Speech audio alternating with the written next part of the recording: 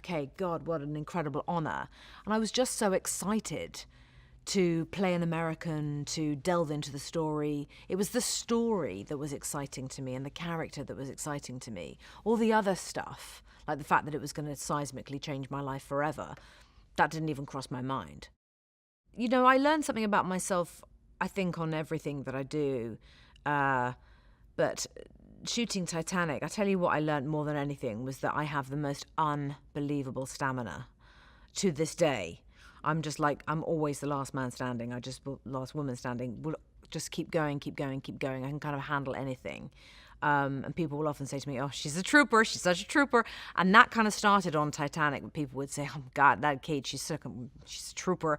And then they'd look at Leo and be like, yeah, he's whining again. So I had to kind of like lead the charge, and I definitely did. And I, you know, to this day, I feel really proud of that because I turned 21 on that movie. Leo turned 22.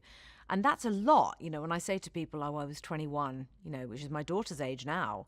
You know, when we did Titanic, people go, oh my God, you were 21? You were only 21? And of course, I felt probably a lot more headstrong and grown up than 21 at the time, I think. I don't know why. I'd been working since I was 17. You know, I left school when I was 16. I'd been incredibly fortunate, super independent, like very determined. And I think having that quite strong work ethic, it really stood me in good stead because I never expected anything other than to be asked to work really, really hard. So there was nothing really about the process that actually shocked me. There was nothing that threw me or freaked me out. I knew what it was going to be, and I was so excited for all of it. Well, one thing I will say is we had a really amazing stunt team led by Simon Crane, who's a British stunts coordinator who, amazingly, I had actually worked with briefly on something else. And I hadn't done much. Like, Titanic was like my fourth or fifth film. But I had worked with Simon on, I think he maybe even was on Hamlet, the job I had just done. And so I always felt that he was, like, all the safety side of things, I always felt he had our backs.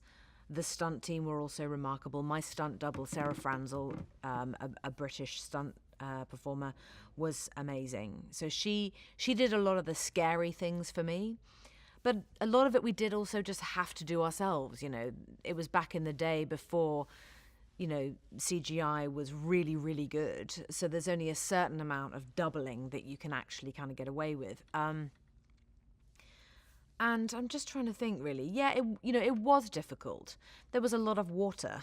There was a lot of, you know, camera angles. There were crew everywhere, people floating around in dry suits to learn the capacity of one's body and how surprising that can be and just what you can achieve, I found to be amazing. So, yeah, Jim, I guess he does have a hotline to me now. He better do. Because he knows I'll always come back for more. I mean, I think it means, a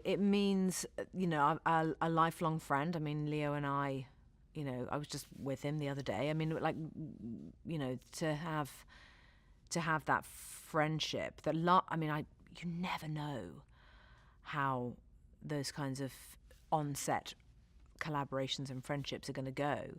And typically, actually, you'll stay in touch with people, but you don't necessarily become really a part of someone's life. You know, you might stay in touch and, how are the kids, or send a photo here and there, or, you know, meet up every few years, have coffee, lunch, whatever.